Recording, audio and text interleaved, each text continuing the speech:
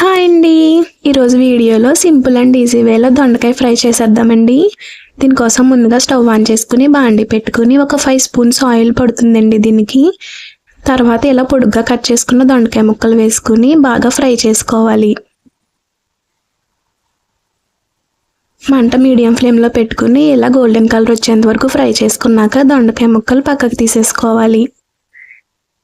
తర్వాత అదే బాండీలో ఒక 3 ఎండుమిర్చి, కొద్దిగా ఆవాలు, కొద్దిగా జీలకర్ర, కట్ చేసుకున్న ఆనియన్స్, 5-6 వెల్లుల్లి రెమ్మలు, కొద్దిగా కరివేపాకు కూడా వేసుకుని బాగా ఫ్రై చేసుకోవాలి.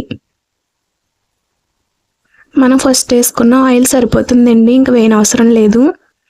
ఆనియన్స్ ఫ్రై అయిన తర్వాత కొద్దిగా పసుపు వేసుకుని మనం ముందుగా ఫ్రై చేసుకుని పక్కన పెట్టుకున్న దొండకాయ ముక్కలు కూడా వేసుకుని మన టేస్ట్కి సరిపడా సాల్ట్ యాడ్ చేసుకుని ఒక 5 మినిట్స్ ఫ్రై చేసుకుంటే సరిపోతుందండి. ఈజీ దొండకాయ ఫ్రై రెడీ అయిపోతుంది.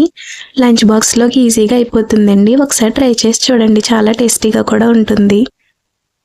వీడియో నచ్చితే లైక్ చేసి మన ఛానల్ని సబ్స్క్రైబ్ చేసుకోండి.